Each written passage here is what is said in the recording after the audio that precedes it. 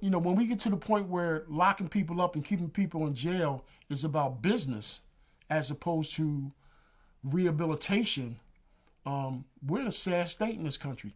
We in the United States incarcerate more people than any other country in the world. And a lot of it has to do with profit. And so when you start to profit off of the backs of disenfranchised people, we know who those folks are, mostly African-American, mostly Latino, and put folk like that into a system where they can't succeed and they become a part of the cycle of reoffending, and people know that they're going to reoffend. And when that person reoffends, that person goes right back into the system.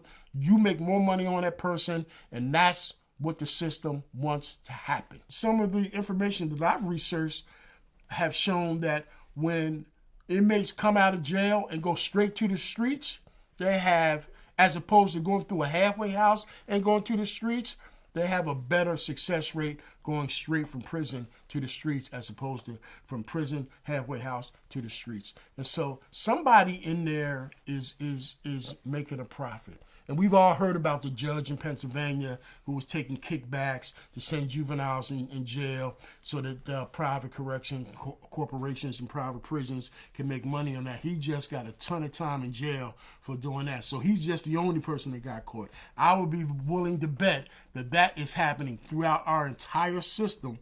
And when we talk about lobbyists that are connecting with some of these new candidates, Republican and Democrat, that are running for presidents, these major corporations are hiring and paying lobbyists to go into Washington so that they can finance campaigns so that if they get into the seat of the president of the United States and when bills come across in Congress to keep people in jail, they're going to support that so that their companies can profit off of that. And so when you got lobbyists going into Washington, D.C. to support bills that come across Congress to keep people in jail, we're in a bad situation. And that trickles down to a company like I Just Left. So this documentary is about that. It's about not just about the unjust situations that go on in the facilities and what staff have to go through, what residents have to go through, but how these prisons are part of a bigger systemic issue and problem with our country regarding mass incarceration, and people need to be made aware of it because people are not. Either they're not being made aware of it, and if they are aware of it, they don't care until it touches you. But at some point, it's going to touch you. And when it touches you and your son and your daughter has to go to jail for a minor drug offense or for a DUI or for a shoplifting, and they get put into a system to where they got to do community corrections and they're there for 60, 90, 120 days, you're trying to figure out, oh, when is my daughter or son going to come out? Well, they're going to come out when they let them come out. And while they're there, they're making money off of them. And so that's why I chose to do a documentary like UNJUST.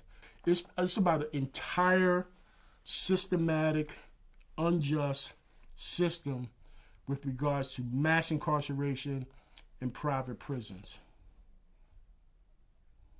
Touching back on what we were talking about before, what do you think it says about Philly and I guess society in general, but specifically in Philly, that there are more community corrections facilities being created and schools being destroyed or shut down? When you talk about public schools, you're talking about kids from the inner city.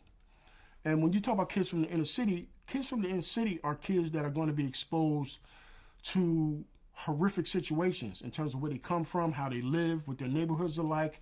And so they have a stronger, I don't want to say opportunity, they have a stronger, their situation is a little different in terms of them being able to survive in their communities. And so traditionally, kids in the inner city mostly don't do well. in reading, in math, in science, and the core subjects. Instead of schools teaching kids how to survive in this world, they're teaching them to the test. So kids are not learning. They're not doing well in school, and so I think the system is kind of created like that because if you're not doing well in school, at some point you're going to go out, you're going to commit a crime, you're going to get locked up, and so as opposed to building more schools who kind of address some of those situations, we'll build more jails and put those kids eventually in jail so that we can have an opportunity to profit off of their mishap. So that they are building a lot of private prisons, a lot of community corrections facilities, and there's this theory and there's this talk about this thing we call a pipeline from the schools to the prison. And what that pipeline really says is that when you don't do well in school, at some point you're going to either drop out, and when you do come out, you're not going to be able to get any sustainable unemployment, so you're going to go out there to survive, and in more cases than not commit a crime, and then when you commit that crime, you're going to go to jail. There's some truth to it, but I think we have to look at it with a keen eye and make sure that if it is a situation where we're building more prisons than we're building schools, that we got to step up and do something about that, because that's certainly not where we should be in today's society.